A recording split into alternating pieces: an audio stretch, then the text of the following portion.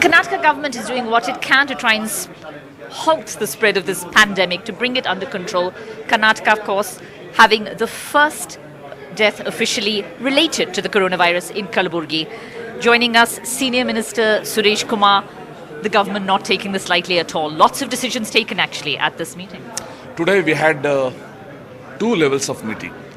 One with the, it was a high level meeting with the health department, education department, police, information department, etc.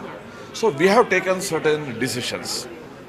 And afterwards we met the top medical fraternity of Bangalore. So 3 or 4 decisions the Honorable CM has announced that for next 1 week, large gatherings are banned. So people also have been requested to avoid large gatherings. People have been requested to cancel their travel programs.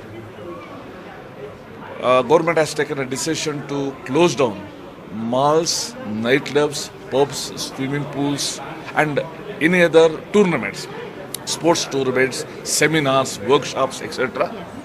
So to avoid that contact between persons, it will go a long way in preventing this coronavirus disease. Is this is this a legal requirement? Will people be punished if they do in fact attend these gatherings, or is it a request? No. It is a direction by the government. And people will also understand the intention behind this government's decision. It is to prevent and avoid the spread of this coronavirus. So, especially in the background of a death that has happened in Kalaburgi, it was an imported case.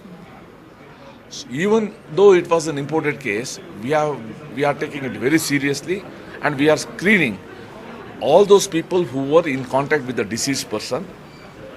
And from now on, the screening will increase at the airports and other places. And we have requested the IT companies to ask all their employees to work from their home, not to come to their offices.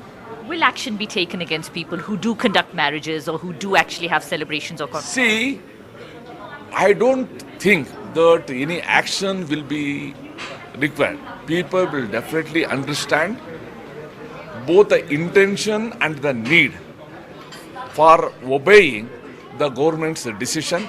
The government, in good faith, in the interest of the citizens of Karnataka, it has taken this decision, and people will understand. Thank you so much.